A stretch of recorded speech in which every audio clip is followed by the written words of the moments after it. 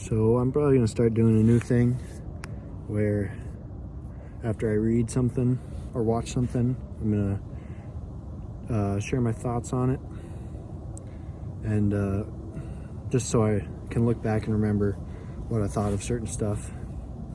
Because my mind is deteriorating from too many hits in high school for football. But I'm sitting on the cold North Dakota ground right now. I just got out of the weight room.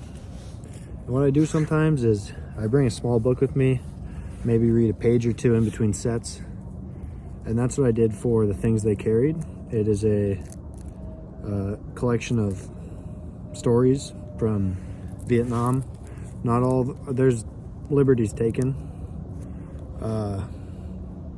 by the author who was in Vietnam. Many of these stories are accurate, but liberties taken.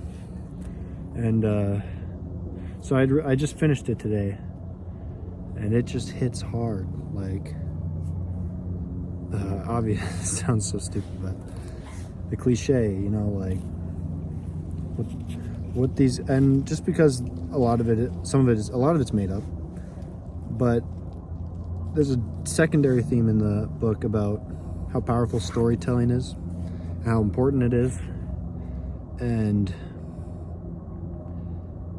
that definitely helps that theme, because there's truth within the stories, even if that wasn't really what happened. Like he makes up a daughter to who he never had. He didn't have a daughter at this time, the author, but he makes one up to ask him questions that adults wouldn't ask him. And I think that only gives more to the novel than if he had just talked about it straight up. And if you put yourself in the positions that these guys were in, I found myself, I do that with the stuff I read. What would I do in this situation? Almost every time I would have done the exact same thing. So I can't blame, like, when he's standing watch during the night and an enemy walks by, probably doesn't see him, and he doesn't know what to do. He's uncertain, so he just decides to throw his grenade. He kills him. He sometimes regrets it, sometimes justifies it throughout his life, but he struggled with that. And when I put myself in that situation, being realistic, I probably would have freaked out and killed the guy too. Like, it is such, it's just scary truths. The entire book is just scary truths. And obviously everyone says this, but really, like, we got to avoid war at all costs, man. Like, and the people that are gung-ho about it, they're usually not the ones that are gonna have to fight in it. And from the beginning to end, it was so real. There's no sugarcoating, or there's no whitewashing of anything that happened. I think everyone should read it. I think just open your eyes a little bit to just how he thinks exactly like I would have thought if I was in this position. I just found that, like, incredible, and it made me think about, like, I've never been someone who thought you go anywhere after you die, but this made me think about it a little bit, at least. And it's just really powerful. Like, it's probably the best war book I've ever read. Haven't read a ton, but and the moment where Kiowa dies, whatever his name is, like, that's when it, like it just, you just think to yourself, like, this is such a virtuous, terrific guy, and he just dies drowning in a shit field. And just, like, it makes you think there's no There's no righteousness in how the world plays out. Shit just happens. And you gotta try to make things as right as you can while you're alive, I guess.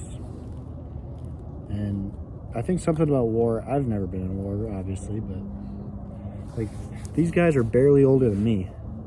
And I think of them in my head as much older than me.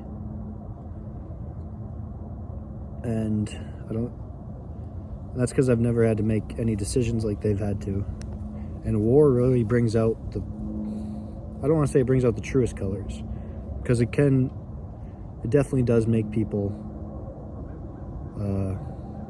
maybe more, it makes people more vulnerable, so they're more likely to make ill-advised decisions. But there's a part of the human spirit, I think, that is, every war story I've read is just brought out, just an internalized part of the human experience, or part of the human is brought out during war that you rarely see. And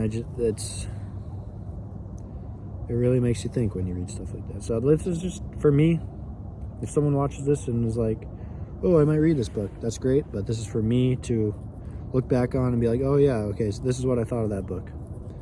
Because I don't know, I like to remember my thoughts, and I'm going to try to do that more. Maybe it'll stop me from getting dementia later on, hopefully. So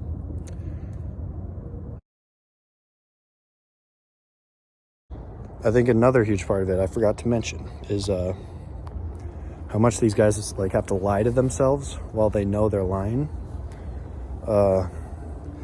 They lie to themselves to justify their actions, or